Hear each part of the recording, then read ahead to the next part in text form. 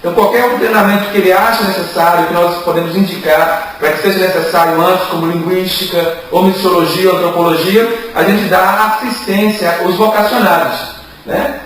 E há uma preparação, ou seja, ele participa desse curso, prepara, ele vai e fica direto, ou depois ele tem uma reciclagem, volta, como é que é até brincar, porque existe muitas vezes um choque cultural. Sim. De repente a pessoa chega no país, ela recebeu informação aqui, mas há uma diferença muito grande entre informação e experiência, né? É muito importante porque chamado missionário não é emoção, é convicção de Deus. Então a pessoa, ela passa 3 meses aqui e ela sai com um período, nós chamamos de período único de 4 anos no campo, né? Então, 4 anos. Primeiro período. Então cada período é de 4 anos.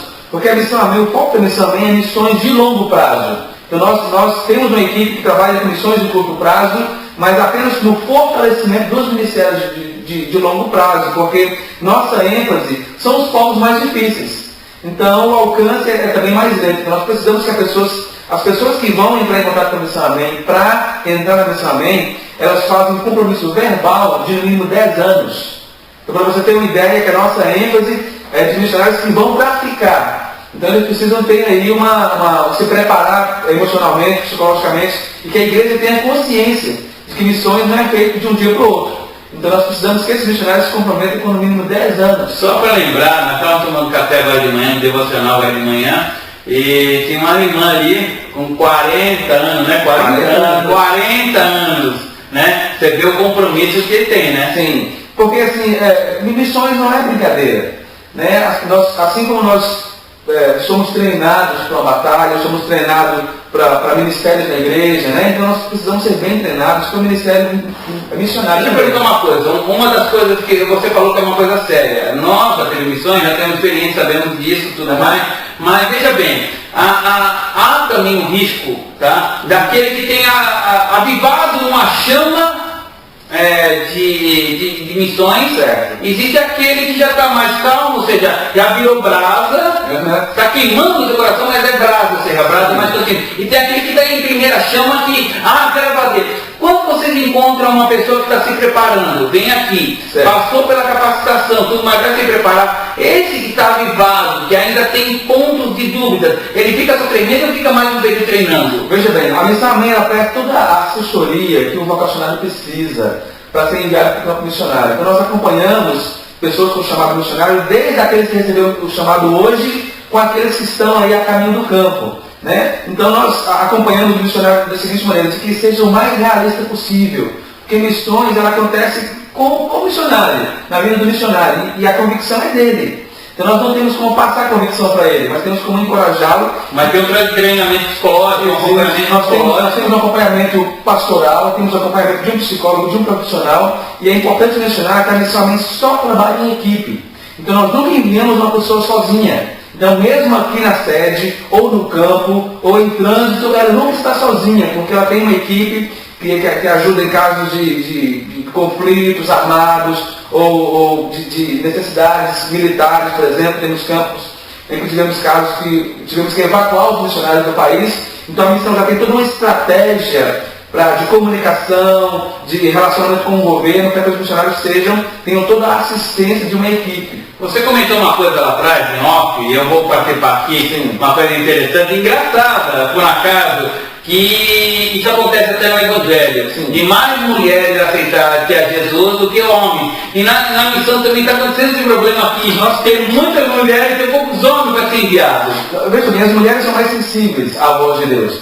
E, consequentemente, a maioria dos homens que estão sendo treinados ministerialmente, poucos querem ter uma vida mais entregue, mais independente, ou seja, de depender mais de Deus, porque é muito mais atrativo, com todo respeito assim, ao ministério pastoral, que é muito importante, mas nós encontramos pessoas com chamado missionário, mas que acharam melhor ficar na igreja por várias questões, né? Mas assim, nós temos um desafio particular para os homens, principalmente os solteiros, de que eles não enterrem os seus chamados missionários, né, e acreditem que vale a pena. Né? Nós temos uma média de cada 10 missionários, 7 solteiros, 7 são mulheres.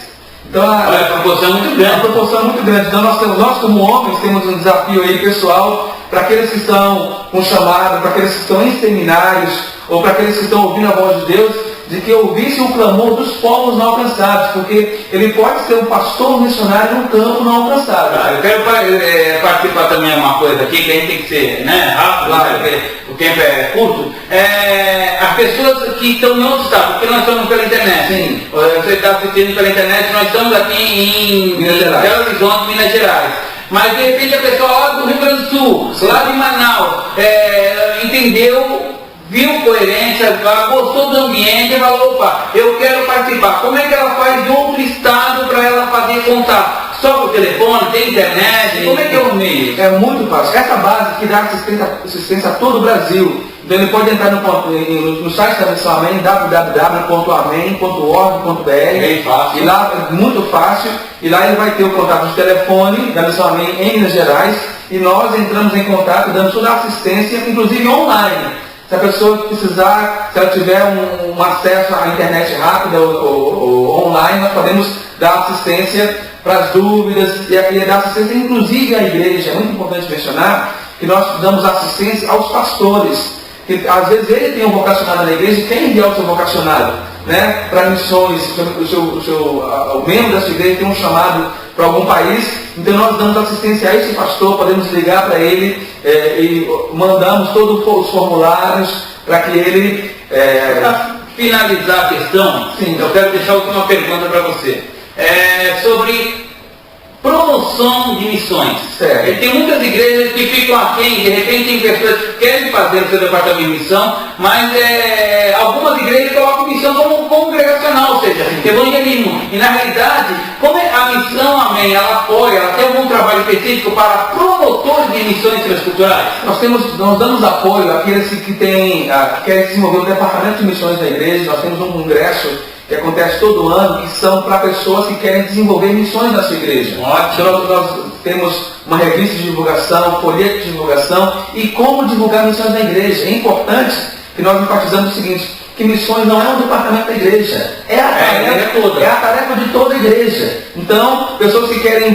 claro que tem que ter alguém incentivando, coordenando o facilitador. Então, essa pessoa que é o facilitador, nós queremos ter contato com ela. Você também dá apoio a esses facilitadores. Damos apoio a esses facilitadores, dessas pessoas que têm aí a paixão de divulgar missões na igreja, na sua igreja local. Então nós damos assistência a ele, como material de divulgação, e damos a assistência por telefone, tudo. Inclusive eu estava falando há dias atrás, semanas atrás, com um jovem, eu recebi um missionário em casa, e ele tinha um jovem com ele falando assim, eu queria que você atendeu o chamado missionário.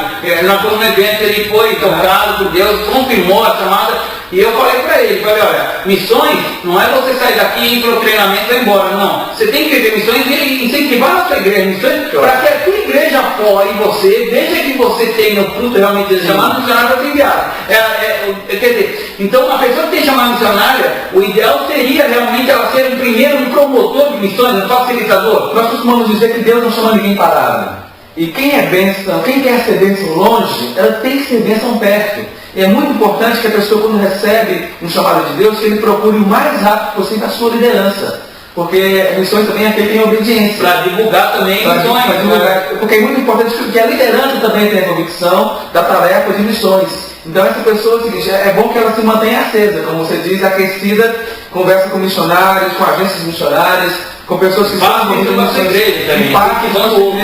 É importante que toda parte de ação, porque nós sabemos quem são os povos não alcançados, quantos são e onde estão. Então nossa tarefa é colocar isso acessível à igreja, a tarefa da igreja de alcançar os perdidos da terra. Para os nossos telespectadores. Ou seja, o meu desafio para aquelas pessoas que sentiram o chamado missionário é que acreditem que vale a pena, porque o que nos mantém convictos no campo missionário, seja no Brasil ou além do mar, é o nosso relacionamento com Deus. Então é muito importante que a pessoa que tenha a convicção de Deus, que ela seja uma pessoa que tenha caráter, que ela tenha uma vida de oração e que ela seja uma pessoa submissa à sua liderança e que procure a sua liderança o mais rápido possível e acreditar que vale a pena viver aqui pela causa do nome do Senhor e para que aqueles que não conhecem o Senhor ainda sejam alcançados e o conheçam até que o Senhor venha. Amém. Obrigado, irmão Rader. Prazer. Deus abençoe a missão.